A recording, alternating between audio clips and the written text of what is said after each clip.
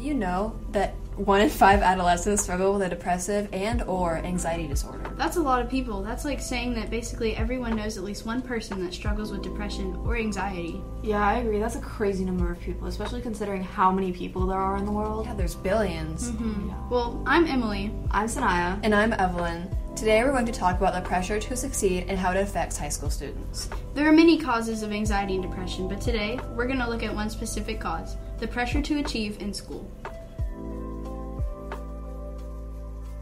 What exactly is the pressure to achieve?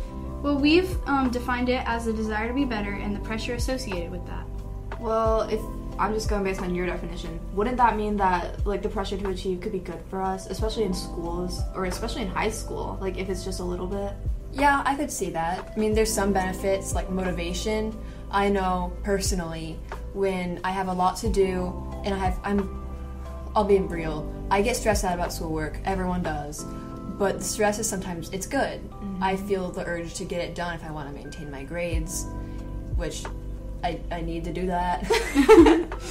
Yeah, I guess, and that contributes to like an overall academic success. Oh yeah. Right, because when you're doing really good and you've got all that motivation, overall your high school career is probably going to be better than someone who doesn't. Yeah, and also you're going to have a very nice ego boost when you're doing really well. God, I love being better than every other person, ever.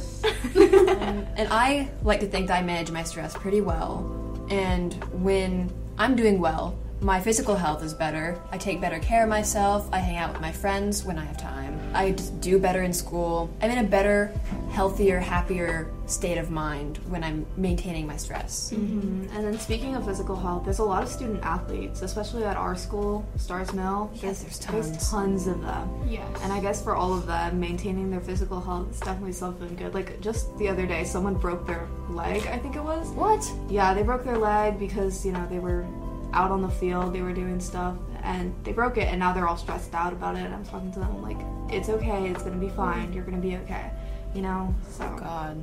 That's scary. And, also, when you're doing, really well, theater people, band people, athletes, you can get some very nice scholarships from it. Yeah. Yes, theater kid here. 3 of my friends recently, actually yesterday, they just got scholarships from the Schuler Awards, and they will get into very, very good schools just because they're good at theater. And they manage their stress well, so they're healthy, so they get scholarships. Oh yeah, just saying. Yeah. That's pretty helpful, yeah. And you can also find a lot of meaning in what you're doing when you're more motivated and you're being more successful and you're getting scholarships and you're really pursuing something that you're passionate about. Oh, yeah. And there's also some pretty negative effects of the pressure to achieve.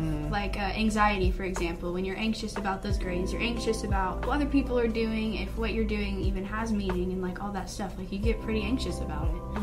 Yeah, and that can tie into lack of self-esteem when you're thinking about how badly you're failing all of your classes and you're like, I'm so dumb and so stupid and I can't do anything right. That's lack of self-esteem, but by the way, that is completely not true. Agreed. You're fully capable. Yeah, and I guess for me personally, when I'm doing my work and I've got all my homework laid out in front of me and it's all over my desk and it's just there's so much of it and I'm just I don't want to do it. I have little motivation and I guess I'm stressed out about it, but I'm also I don't want to do it. You know what I mean? It's the worst feeling. Oh yeah. Yeah, and it's really hard to, it's really hard to find that balance too. Yeah, and then I guess that contributes to how we talked about, being so active socially. Oh yeah. Mm-hmm. Yeah, I guess that would, negatively affect that. I know me personally, I don't really hang out with my friends on the weekends unless it's a long break because I've got so much homework to do. Yeah, and it's terrible. Yeah. School isn't on the weekends for a reason. Oh, Please yeah. let us be free. Please, please, please. Yes. Yeah. Anyways. Also, your grades can drop. I know we talked about academic success, but without that balance that we've already mentioned, your grades could drop, and that can really be a detriment to a lot of things. And that can make things even worse. Things just keep on dropping, and that can tie into your physical health as well as your mental health. Yeah. I knew someone a while back when they were in a hard time because of school, actually. They had been so stressed that their hair started falling out, and they had gotten very, very thin. They hadn't been taking care of themselves. I started helping them without school, and it got better after a few months. But overall, it's not healthy for someone to be in that position. Yeah, I agree. Yeah, me too. So what do y'all think can solve this? Because it's bad. Well, we took a survey at our school, Stars Mill, and we looked at freshmen, sophomores, and juniors. About a little over half were female, a little under half were male, and 75.7% of them said that they had been diagnosed with a form of mental illness like anxiety or depression, OCD. And we asked them to rate how they feel pressured to succeed on a scale of 1 to 10. Most people scored between a 7 and a 10, saying that like that is where they feel the most pressure. So that means their life is pretty stressful and they're feeling really pressured. So I think one big component of that is like lessening the workload. Oh, yeah. Students shouldn't feel that way. We're still kids. Well, most of us are.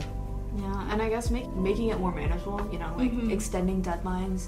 Because if you've got like 3 projects all due by Friday, and you've also got like a test on Thursday, or, you know, all that stuff combined, you're stressed out, you don't got the time. Right? Like, Yeah. Especially if you do extracurriculars, like, you know, how Evelyn does theater or Emily does band. Yeah, you don't have time to do everything. There's just not enough hours in the day to get everything ever done. Yeah, and then you lose sleep, and then it all just spirals. And that ties into what I said earlier about manifesting poor physical health and mental health. Yeah, I guess another thing you could try is providing a class or a program that informs students of like coping mechanisms to, you know, to prevent all these negative effects, you know, to teach them that there is a balance and that they can achieve it if they gotta know about it before they can, you know? Yeah, absolutely. Yeah, Plus, they would get rid of like a class, so they would have less work to do. Yeah, there you go. So there'd be less stress. Right, or maybe just, even if that's like not an option, they can make a poster with the coping mechanism up on the wall, or like make it a unit in a health class. Because I know at our school it's required to take health freshman year, so, you know. Also, accommodations could be provided. Like, I know some people really enjoy aromatherapy, candles, and some people really just prefer to have clean environments or warmth or cold, whatever they want. I feel like having a safe, clean, and comfortable place to unwind is really important to people. And some people may need emotional support animals. They may have like disabilities, which are granted in most schools, but I feel like it's not enough. It's not enough. There needs to be more, because a majority of people, you can ask anyone you find like at school, in the streets, whatever. Most people love animals. Oh yeah. And I feel like it could really help people out. Also, let me chip in. The lighting in school buildings is horrific. I feel like I'm in prison. So maybe if we got warmer lighting, people would feel like we're in prison. That might help. Yes, definitely. Yeah, and then I guess, because we talked to the school psychologist about all this, and she had her own opinions, but I guess making school psychologists more accessible to students, or hiring more of them, because I know that Dr. Hurd, our school psychologist, she's not available all the time. Yeah, and that can apply to counselors too. Yeah. Yeah. Well, that's all for today. I'm Evelyn. I'm Emily. And I'm Sanaya. Bye.